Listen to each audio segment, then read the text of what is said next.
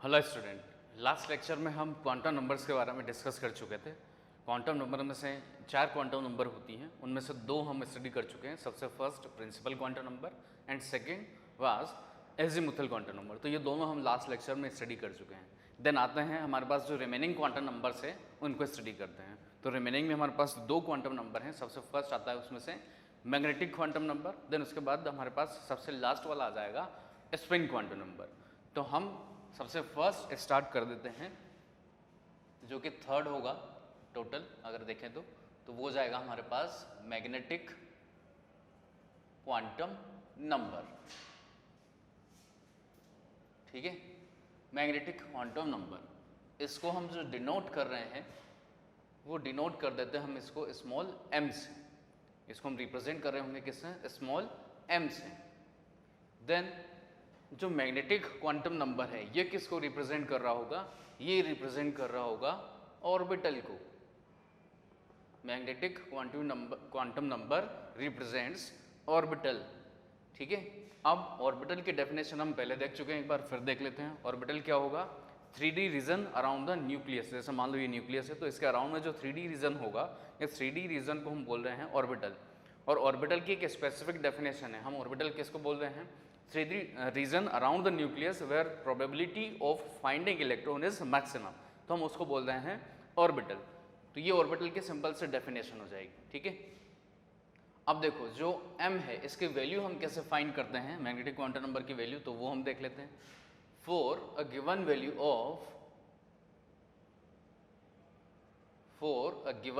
Of L क्या है?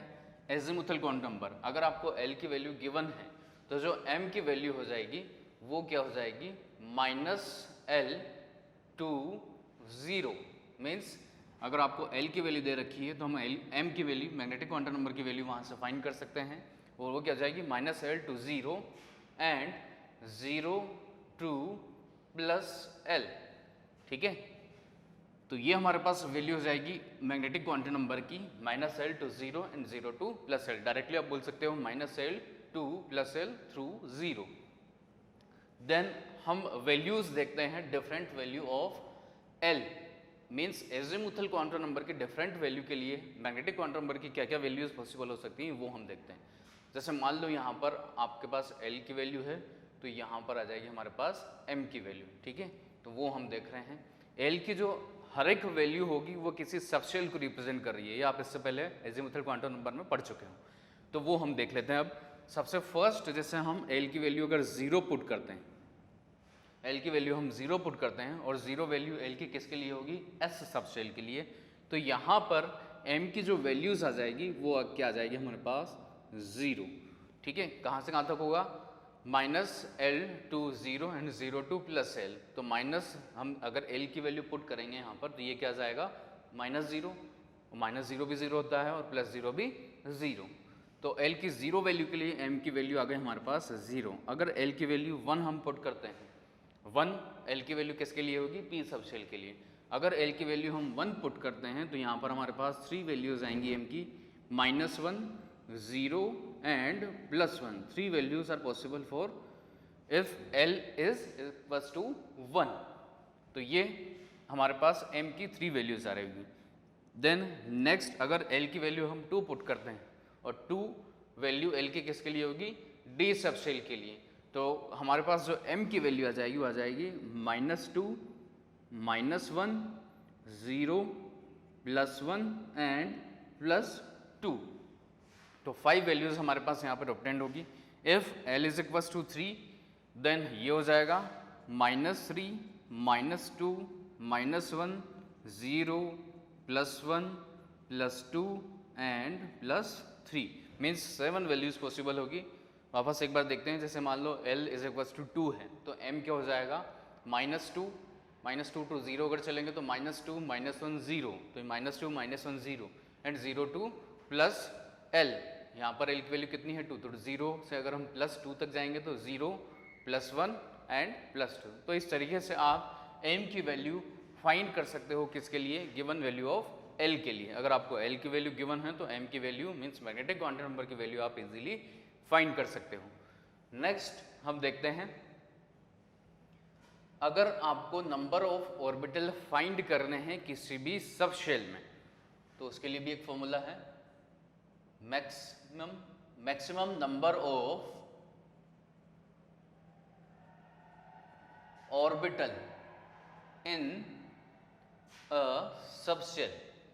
Means अगर आपको किसी सबशेल में नंबर ऑफ ऑर्बिटल फाइंड करने हैं तो वो आप किस फॉर्मूले से फाइंड कर सकते हो, 2l+1।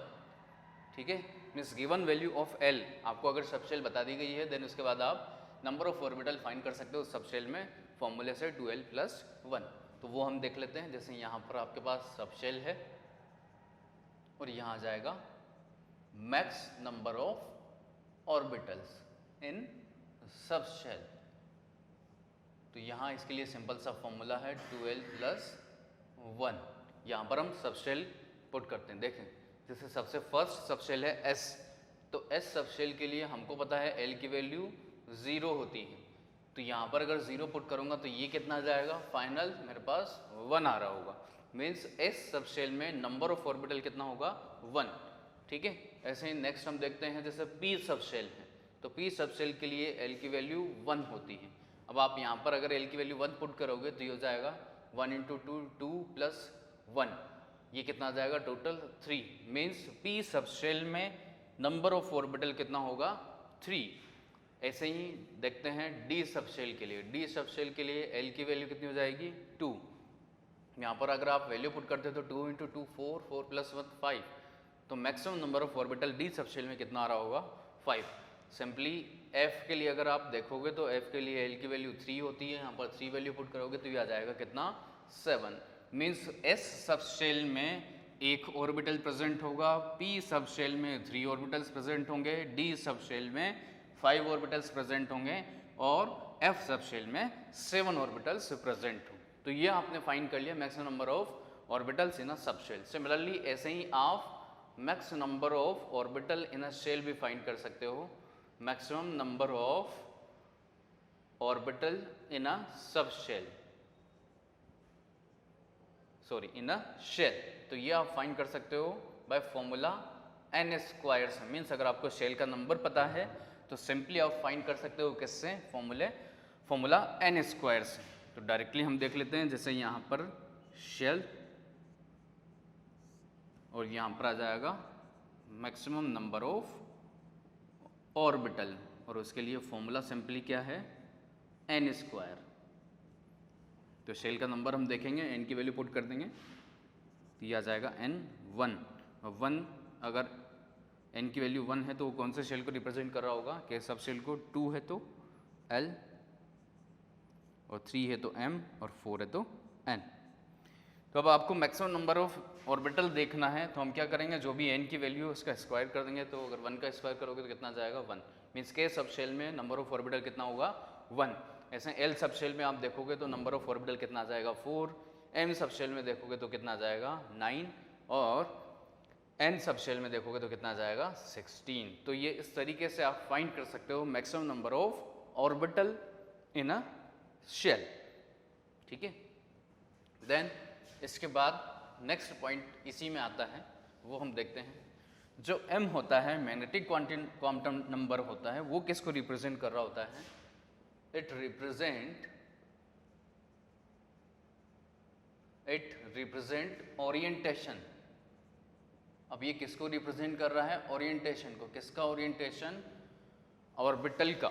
Means it represent orbital and it represent orientation of electron, और orientation of orbital means electron कहाँ पर फाइंड हो सकते हैं, तो उसका स्पेस में ओरिएंटेशन उसको ये रिप्रेजेंट कर रहा होगा।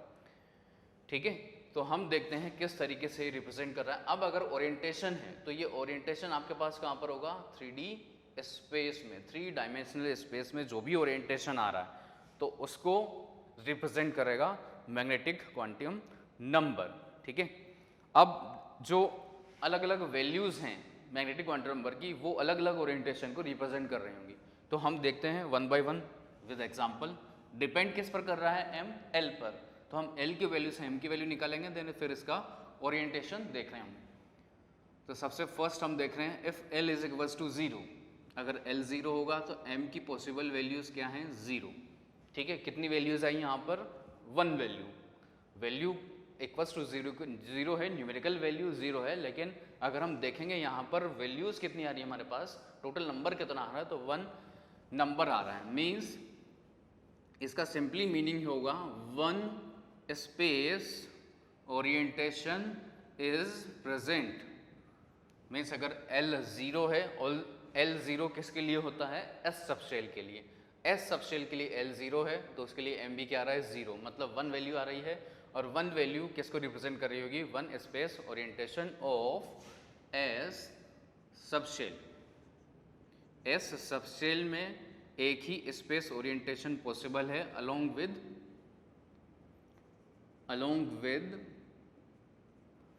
3 एक्सेस, और वो 3 एक्सेस कौन सी है, एक्स वाई और जेड। मीन्स तीनों एक्सेस के अकॉर्डिंग या तीनों एक्सेस के अलोंग जब आप स्पेस ओरिएंटेशन रिप्रेजेंट कर रहे हो तो एक ही स्पेस ओरिएंटेशन पॉसिबल है, और वो कैसा होगा, स्फेरिकल।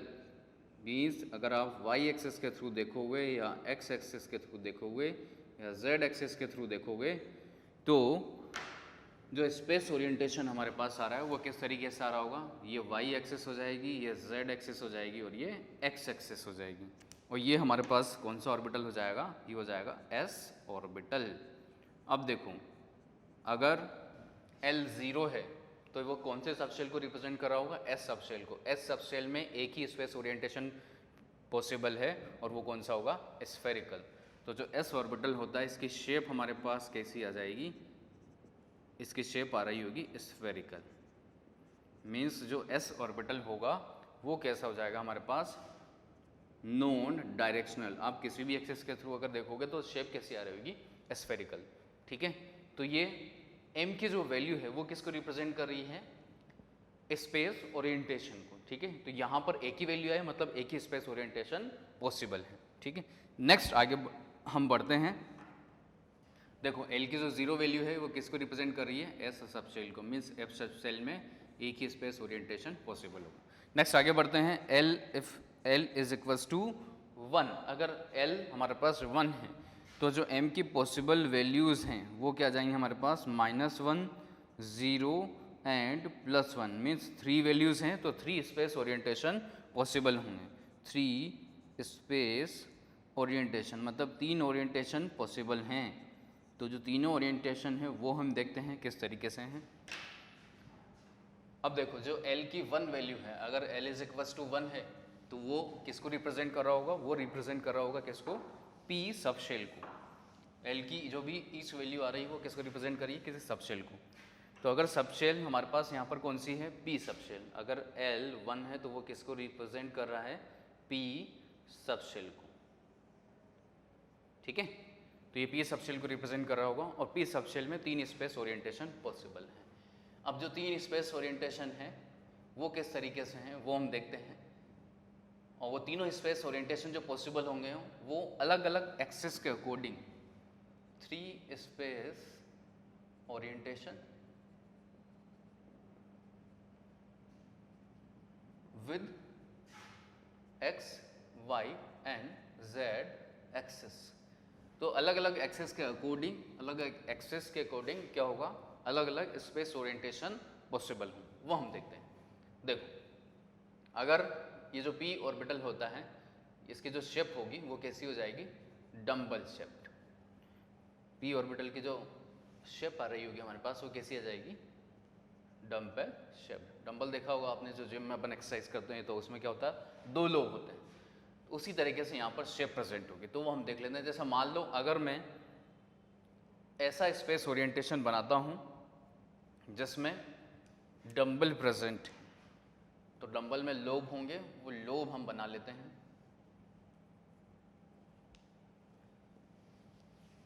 तो देखो ये हो जाएगा आपके पास y एक्सिस, ये हो जाएगा x एक्सिस, है ना। अब आपको डंबल यहाँ पर फॉर्म करना है तो इस तरीके से इस डंबल के दोनों लोब आ जाएंगे। तो ये जो स्पेस ओरिएंटेशन है ये अलोंग विद x एक्सिस है। मीन्स इसके इस डंबल के दोनों लोब प्रेजेंट होंगे, वो कहाँ पर प्रेजेंट होंगे, x एक्सिस पर। तो इसको हम बोल देंगे px ऑर्बिटल। ठीक है, अब देखो px किसको रिप्रेजेंट कर रहा है, मीन्स x एक्सिस पर इस डंबल के दोनों लोब प्रेजेंट होंगे, ठीक है। ये हो जाएगा px। ऐसे ही अगर आप बनाते हो y एक्सिस पर आपने अगर दोनों डंबल बना दिए तो ये हो जाएगा py। तो ये कौन सा ऑर्बिटल हो जाएगा, py। ऐसे ही हम क्या करेंगे, z एक्सिस पर बना लेंगे तो वो हो जाएगा आपके पास pz ऑर्बिटल, ठीक है। तो इस तरीके से 3 स्पेस ओरिएंटेशन पॉसिबल हैं। तो ये हो जाएगा pz। तो ये जो लोब है जिस एक्सिस पर प्रेजेंट है अलोंग विद द एक्सिस उतने ही ओरिएंटेशन ऑफ ऑर्बिटल हमारे पास पॉसिबल हैं। तो P की जो शेप है वो डंबल शेप्ड है और उसके डंबल के जो लो प्रेजेंट होंगे उसी के अकॉर्डिंग हम उनको नेम असाइन कर रहे हैं। तो P में 3 ऑर्बिटल हैं, कौन कौन से, px, py एंड pz। ये pz, ये हो जाएंगे आपके पास ऑर्बिटल। और यहाँ पर हम देख लेते हैं वैल्यू ऑफ m। अब देखो कन्वेंशनली क्या किया हुआ है, 3 वैल्यू है, उसमें से जो 0 वैल्यू है वो pz को असाइन की हुई है और px क्या होता है ±1 कुछ भी हो सकता है, px एंड py। तो इस तरीके से हम क्या कर रहे होंगे, तीनों स्पेस ओरिएंटेशन को रिप्रेजेंट कर रहा होगा, अलग अलग लूप रिप्रेजेंट कर रहे होंगे p ऑर्बिटल की। देखो ये हमने बात कर ली किसके लिए, l = 0 के लिए और l = 1 के लिए। तो l = 0 रिप्रेजेंट कर रहा है सबशेल s सबशेल को और l = 1 रिप्रेजेंट कर रहा है p सबशेल को। अब हम आगे बढ़ते हैं, जो l की वैल्यू है वो हम ले लेते हैं 2। तो l की जो 2 वैल्यू है वो कौन से सबशेल को रिप्रेजेंट कर रहा होगा, d सबशेल को। अब यहाँ पर अगर l की वैल्यू आप 2 रखोगे तो m की हमारे पास पॉसिबल वैल्यूज आ जाएंगे -2, -1, 0, +1 एंड +2। मीन्स 5 वैल्यूज पॉसिबल हैं और 5 वैल्यूज हैं तो 5 स्पेस ओरिएंटेशन पॉसिबल होंगे, 5 स्पेस ओरिएंटेशन पॉसिबल हैं, ठीक है। और अगर 5 स्पेस ओरिएंटेशन पॉसिबल हैं तो यहाँ पर हम D की शेप देख लेते हैं। तो D की जो शेप होती है वो डबल डंबल शेप्ड होती है। यहाँ पर क्या होंगे, double dumbbell shape, means 4 lobe present होंगे। तो यहाँ पर 4 लोब्स प्रेजेंट होंगे। P में क्या था, 2 ही लोब्स प्रेजेंट थे। अब देखो यहाँ पर 5 स्पेस ओरिएंटेशन है, मतलब 5 ऑर्बिटल्स प्रेजेंट होंगे। तो 5 ऑर्बिटल्स के जो नेम है वो कुछ इस तरीके से हैं, dxy, dyz, dxz, dx² and dz²। तो 4 लोब्स जो हम बोल रहे हैं वो इन चारों ऑर्बिटल्स के लिए होंगे, dxy, dyz, dxz, dx², y²। dz² में क्या होता है, 2 ही लोब्स प्रेजेंट होते हैं, वो अभी हम देखेंगे तो उससे थोड़ा सा आइडिया लग जाएगा, ठीक है। तो जैसे हमने S और P में स्पेस ओरिएंटेशन देखा है वैसे D में भी स्पेस ओरिएंटेशन देख लेते हैं कि डंबल के जो लोब प्रेजेंट होंगे 4 लोब्स वो किस तरीके से प्रेजेंट होंगे। तो सिंपली हम यहाँ पे स्पेस ओरिएंटेशन देख रहे होंगे। तो जैसे मान लो ये मेरे पास y एक्सिस है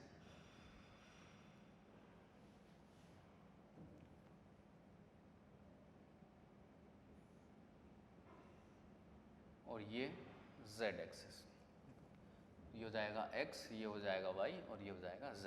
अब मुझे 4 लोब्स बनाने हैं। जैसे dxy की अगर मैं शेप बनाऊंगा तो यहाँ पर जो लोब्स प्रेजेंट होंगे वो एक्स वाई प्लेन में होंगे। तो फर्स्ट लोब आ जाएगा ऐसे, फिर सेकेंड ऐसे, अगला जो एक्स वाई है वो ये वाला। तो ये 4 लोब्स इस तरीके से प्रेजेंट होंगे, ठीक है। तो डी एक्स वाई की शेप हो जाएगी ऐसे, d y z, d x z की आप शेप बना सकते हो, ठीक है। देन नेक्स्ट हम देख लेते हैं d x square dash Y square. तो ये वाई एक्सेस, ये एक्स एक्सेस। तो यहाँ पर जैसे आपको अगर लूप बनाने हैं तो आप इजीली इस तरीके से बना सकते हो। तो ये हो जाएगा हमारे पास shape of D x square dash Y square. Last हमारे पास बचता है डी जेड स्क्वायर। तो डी जेड स्क्वायर में इस तरीके से शेप होती है, वो हम देख लेते हैं। यहाँ पर 2 लोब इस तरीके से प्रेजेंट होंगे और रिमेनिंग जो 2 लोब हैं उनको हम इस तरीके से रिप्रेजेंट कर देते हैं, ठीक है। रिंग की फॉर्म में। तो ये हो जाएगा हमारे पास shape of D Z square. तो ये हो जाएगा shape of different 5 orbitals of D subshell. D subshell में 5 ऑर्बिटल्स प्रेजेंट है या 5 स्पेस ओरिएंटेशन पॉसिबल है। तो 5 स्पेस ओरिएंटेशन इस तरीके से हैं और सबकी हमने शेप बना ली है। अब देखो यहाँ पर जो पी सबशेल है वो भी क्या है, डायरेक्शनल है। किस तरीके से डायरेक्शनल है, मीन्स एक्स एक्सिस के अकॉर्डिंग आप बोल सकते हो, वाई एक्सिस के अकॉर्डिंग और जेड एक्सिस के अकॉर्डिंग, मीन्स किसी न किसी एक्सिस को वो डायरेक्ट कर रहे हैं। जो एस सबशेल हमारे पास थी या एस ऑर्बिटल जो हमारे पास था वो कैसा था, नॉन डायरेक्शनल, क्योंकि स्फेरिकल शेप है। आप किसी भी एक्सिस से मूव करो, किसी भी एक्सिस से देखोगे तो आपको स्फेरिकली दिखेगा। यहाँ पर डायरेक्शनल है, एक्स एक्सिस पर लो प्रेजेंट होंगे, इसलिए हम बोल रहे हैं p x p y p z. Same d बी क्या होगा, डायरेक्शनल होगा, मीन्स यहाँ पर भी अलग अलग एक्सिस के अकॉर्डिंग ऑर्बिटल्स के लोब प्रेजेंट होंगे। देन आगे हम बढ़ते हैं, नेक्स्ट आ जाता है L इज 3 और L इज 3 है तो वो कौन सी सबशेल को रिप्रेजेंट कर रहा होगा, F सबशेल को।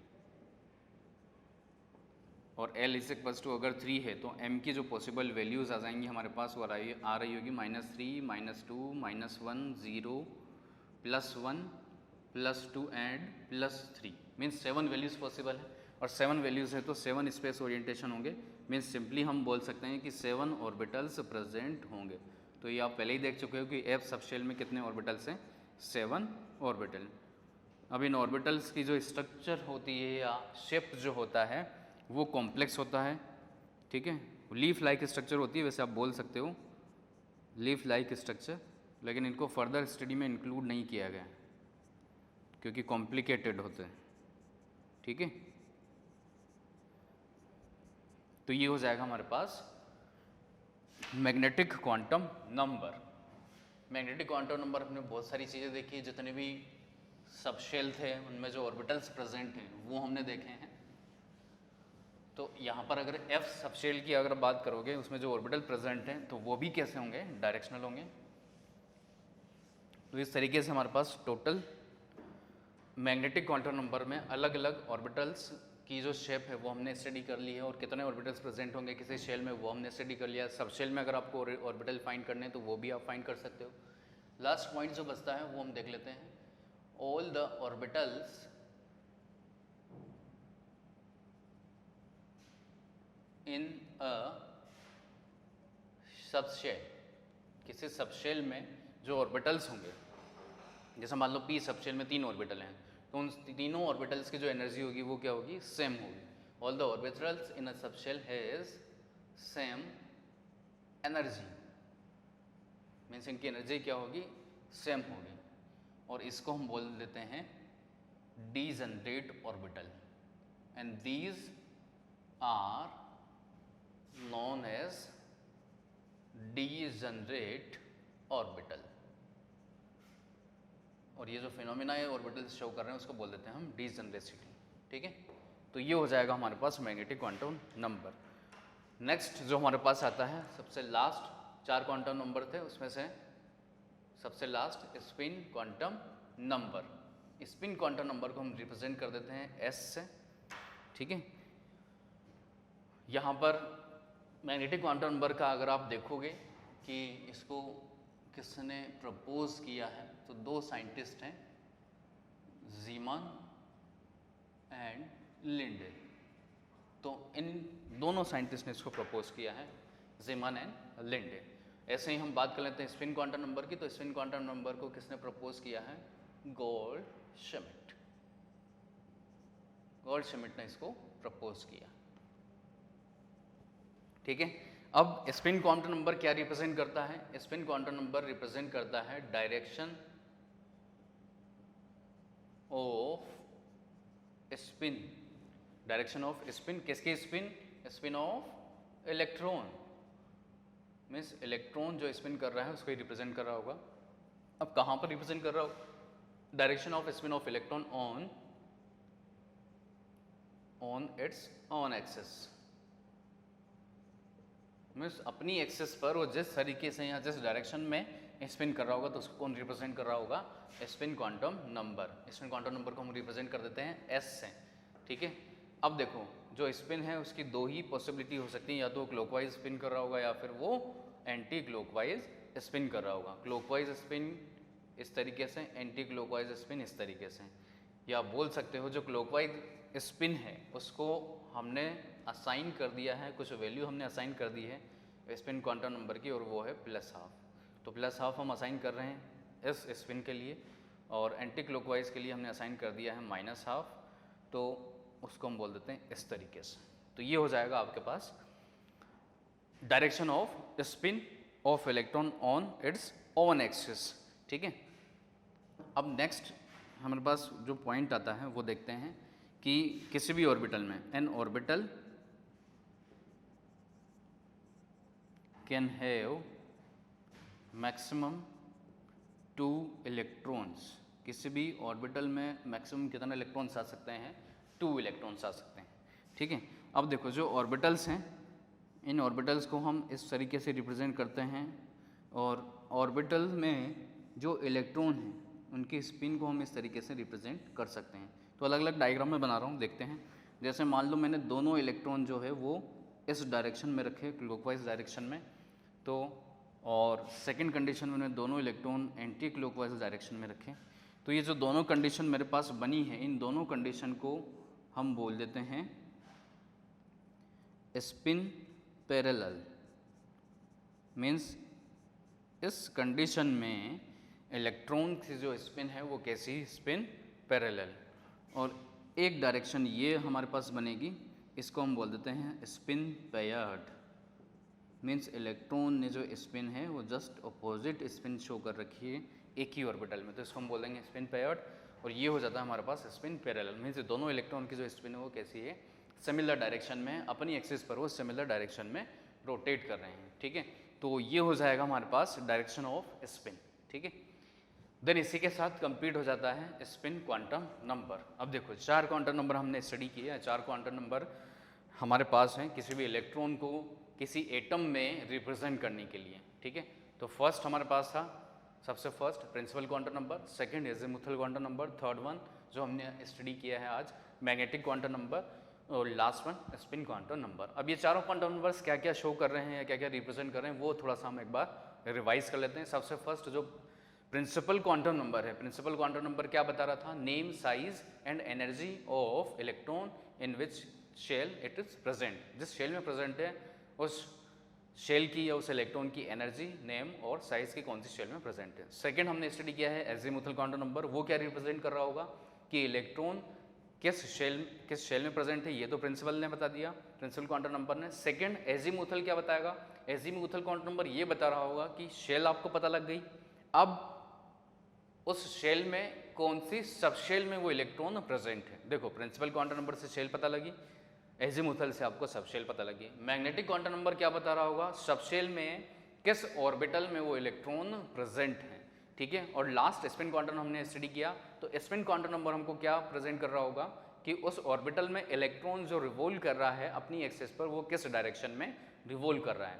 अब देखो क्वांटम नंबर्स के स्टार्टिंग में हमने जस्ट एक एग्जांपल लिया था कि अगर मुझे रिप्रेजेंट करना है, मुझे लोकेट करना है किसी को, तो सबसे पहले मुझे कंट्री बतानी पड़ेगी, कंट्री के बाद मुझे सिटी बताना पड़ेगा, और सिटी के बाद बिल्डिंग बतानी पड़ेगी कौन सी बिल्डिंग में हूँ, या और उसके बाद फ्लोर बताना पड़ेगा। तो ये 4 से 5 चीज़ें रिक्वायर्ड होगी। वैसे ही हमने बोला था इलेक्ट्रॉन को लोकेट करने के लिए भी 4 आइडेंटिफिकेशन नंबर्स हमको रिक्वायर्ड है। तो फर्स्ट कौन सा हो गया? Principal quantum number. उसने क्या रिप्रेजेंट किया? शेल को रिप्रेजेंट कर दिया। अब शेल के बाद सब शेल को किसने रिप्रेजेंट किया? एजीमुथल ने। और एजीमुथल के बाद मैग्नेटिक ने क्या रिप्रेजेंट कर दिया? ऑर्बिटल। और ऑर्बिटल में इलेक्ट्रॉन की एक्सिस कैसी है, या इलेक्ट्रॉन किस एक्सिस पर रोटेट कर रहा है, और उसका डायरेक्शन की स्पिन है वो कैसी है, वो किसने रिप्रेजेंट कर दिया? स्पिन क्वांटम नंबर्स ने। तो इस तरीके से आप किसी भी एटम में इलेक्ट्रॉन को लोकेट कर सकते हो, उसकी एनर्जी फाइंड कर सकते हो। ठीक है, तो इस टॉपिक हम यहीं पर कंप्लीट करते हैं। अब इस क्वांटम नंबर की हेल्प से नेक्स्ट टॉपिक जो हम स्टडी कर रहे होंगे वो होगा हमारे पास electronic configuration, means filling of electron in subshell. Subshell में किस तरीके से इलेक्ट्रॉन हम फिल करते हैं। देखो शेल में इलेक्ट्रॉन आप पढ़ चुके हो कि हम शेल में इलेक्ट्रॉन किस तरीके से फिल करेंगे। अब क्वांटम नंबर की हेल्प से आप इलेक्ट्रॉनिक कॉन्फ़िगरेशन स्टडी कर सकते हो ईजिली सबशेल में। तो सबशेल में किस तरीके से इलेक्ट्रॉन फिल करना है ये हम नेक्स्ट क्लास में देख रहे होंगे, वहाँ पर कुछ रूल्स का सेट आएगा तो वो हम पढ़ेंगे, ठीक है। तो आज के लिए इतना ही, अगला हम जो देख रहे होंगे वो देखेंगे नेक्स्ट क्लास में, इलेक्ट्रॉनिक कॉन्फ़िगरेशन।